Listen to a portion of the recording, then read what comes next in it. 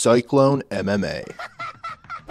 Hello everybody and welcome back to another video. My name is Mason from Cyclone MMA and this is the Dustin Poirier versus Conor McGregor 3 breakdown and prediction video. I'm going to go ahead and give you guys the tail of the tape.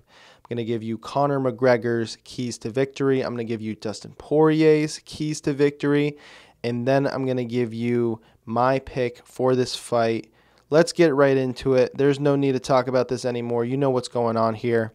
Now, neither guy has had a birthday since their previous fight, so they're both 32 years old.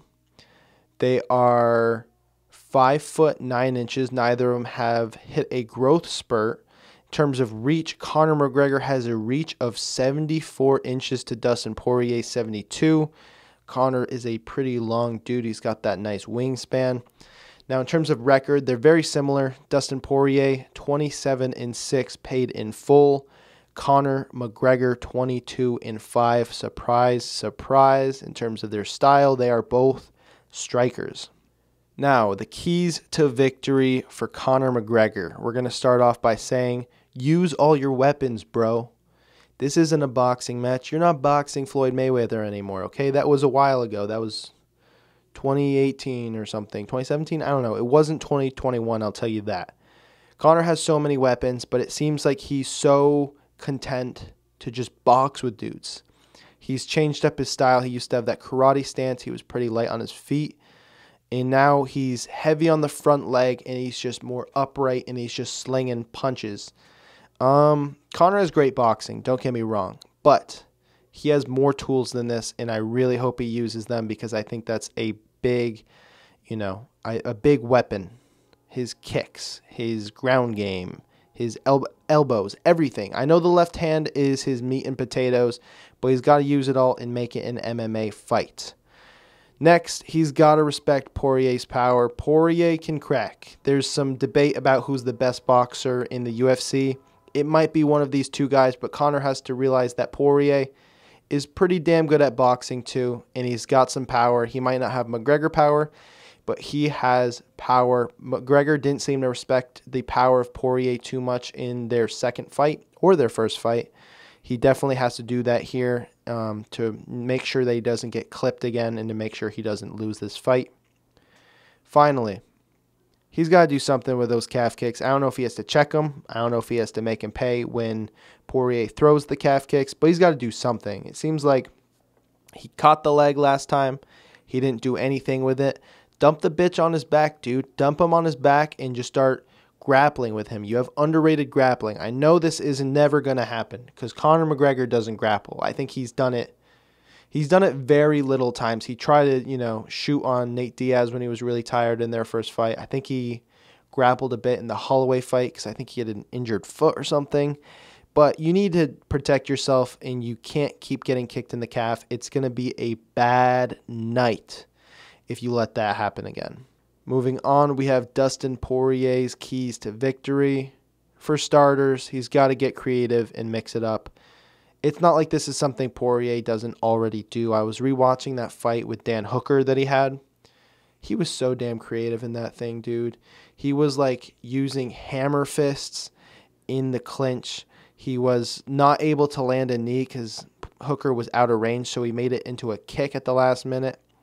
He's just so good, and he's really got to mix it up against Conor, someone who might come with more of a boxing approach in this fight. Next, he has to get it to the ground in the first round. Look at me rhyming like Dr. Seuss. Yeah, dude, get the fight to the ground. It only helps you. He was able to do this in their second fight. I think they're at a similar wrestling level, but it doesn't really matter because McGregor's not going to want to wrestle because I've already said this. We don't see McGregor wrestle. We see him like to strike. Poirier might have the edge on the ground, though. Who knows? Conor does have underrated grappling. I'll say that. People do not give him enough credit for that. But getting the fight to the ground is so huge for Poirier because it makes Conor, have to get up. And that uses energy, and you want to tire the dude. On top of that, when you get taken down, you're thinking about it. You're thinking, okay, I don't want to get taken down again. And we've seen this happen with Khabib versus Conor, where Conor was so focused on those takedowns that he got cracked with an overhand right. If Poirier can land a takedown or two, Conor's going to think about it, and that just opens up the striking for Poirier.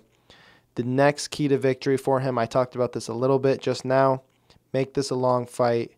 We all know the narrative that Conor McGregor doesn't have the best gas tank. Now, I don't know how true this is. I know it was true in the Nate Diaz fight, but in that fight, you know, he did go up to 170. He had a lot of extra weight, but he did get real tired in both of those fights.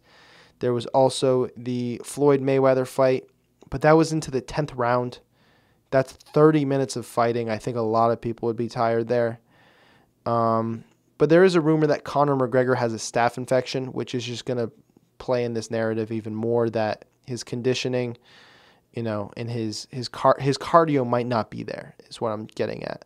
So the longer this fight goes, the more and more it benefits Dustin Poirier. If he can get into those championship rounds, you know, the scale starts to tip towards Poirier in terms of who's going to be the victor for this fight.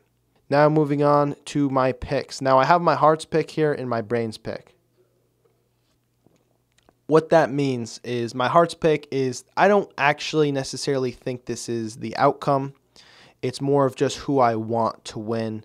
The brain's pick is the official prediction. Now my heart's pick, Dustin the Diamond Poirier. He's going to knock out Conor McGregor in the last 3 seconds of the fight. My brain's pick is Conor McGregor is going to knock him out in the first round. Yeah, very contradictory. It's one of those situations where what I want to happen isn't what I think is going to happen. I think this fight's very even, and I'm not totally convinced with my brain's pick. But I think Conor, you know, he's a stud. Poirier is also a stud, but Conor's got a piston of a left hand. I think he's going to make the adjustments needed to get this W. I think he's going to do something to make Poirier pay in terms of those calf kicks. I don't know if it's going to be a counter or a check or what, but I think Conor's going to be able to land the punch, and I think he's going to finish Poirier. I hope that's not the case. I hope it's a war. I hope it's back and forth. It'd be cool if we can see a decision between these two guys, because I can take, you know, I'll take as much of this fight as I can get. I'm excited for this thing, though. It's going to be awesome. Who do you guys have as the winner for this fight? Let me know in the comment section below. Leave me the winner of the fight and how they're going to win and what round they're going to win in. Unless it's a decision, then I'll go all 5 rounds. And then if someone gets it right, you'll get an invisible trophy sent to your house. You're welcome. All right, guys, that's all I got for you. I hope you enjoyed this breakdown and prediction video. If you did, be sure to leave a like down below. Be sure to subscribe if you haven't already.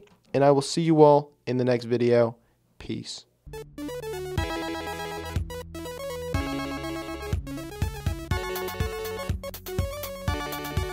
Amanda Nunes versus Megan Anderson. Amanda.